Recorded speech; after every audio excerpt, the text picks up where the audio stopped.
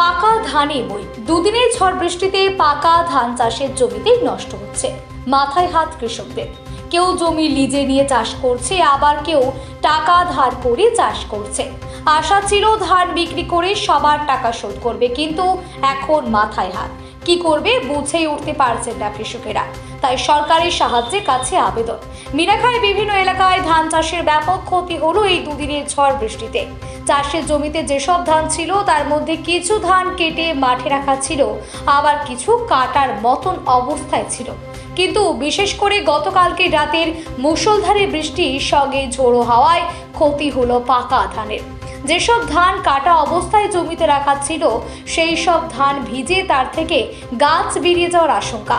অন্যদিকে যেসব পাকা ধান ছিল তা সেগুলিতে বৃষ্টিতে ভিজে ঝড়ের হাওয়ায় মাটিতে শুয়ে পড়ল জলের তলায়। এক কথায় বলতে গেলে পাকা ধানে মই, মাথায় হাত কৃষকদের। তাই কৃষকেরা এখন চাইছে যাতে সরকার কিছু সাহায্য করেন তাদের। ধান তো প্রচুর পরিমাণে ক্ষতি হয়ে গেছে। আগামীকালের বৃষ্টিতে আরো বেশি করে ক্ষতি হয়েছে, ধান সব কলা হয়ে গেছে। এখন ধান আমরা নিতে পারবো কি সেটাই, খড় তো যাবেই, আর ধানটাও আমরা নিতে পারবো না, সব কলা এসে গেছে ধানে। প্রচুর বৃষ্টি হয়েছে, ধান সব জলে ডুবে আছে, দেখতেই পাচ্ছেন এখানে আশেপাশে সব কি অবস্থা। সরকারের কাছে একটু সাহায্য চাইছি, যদি কিছু সাহায্য পাই। এই জন্য ধান কি নেওয়ার মতন অবস্থায় আছে? না, সব ধান আমরা নিতে পারবো না, সব কলা এসে গেছে, বন্ধ হয়ে যাবে। মানে খড় তো গেছেই, ধানও যাবে। এত ধান তুলে পরে তোলাও তো সম্ভব না, সব কেটে জলে পড়ে আছে। কতটা ধান নষ্ট হয়েছে? 2 বিঘে। সারা বছরের খোরাকি আমার, সারা সিজনের খোরাকি, গরিব মানুষ, বুঝতেই পারছেন। সরকারের কাছে কিছু চাইবেন? চাই তো, এখন ওটা কি চাইলেই কি পাওয়া যায়? তাও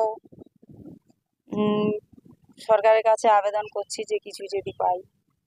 আপনার নাম? আমার নাম স্বপ্না দাস।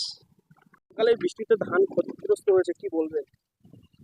আমি বলতে চাই সরকারের কাছে যে 2 বিঘে ধানে ফসল নিয়ে আমার সারা বছর অনেক খোরাকি হয়, তাই তো ধান তো নষ্ট হয়ে গেছে।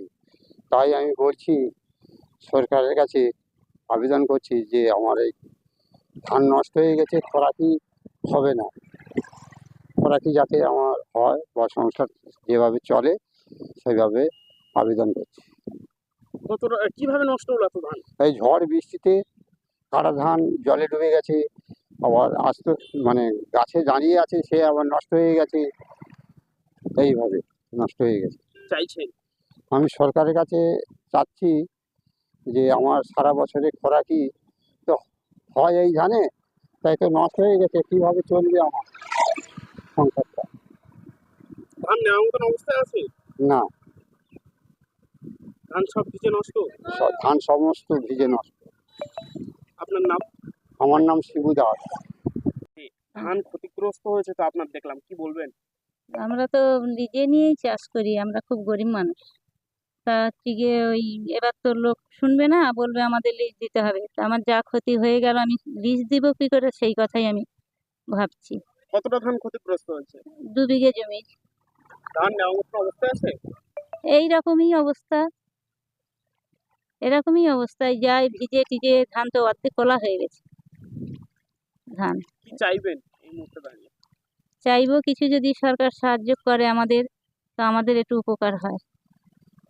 আপনার নাম? আমার নাম লক্ষ্মীরানী দাস।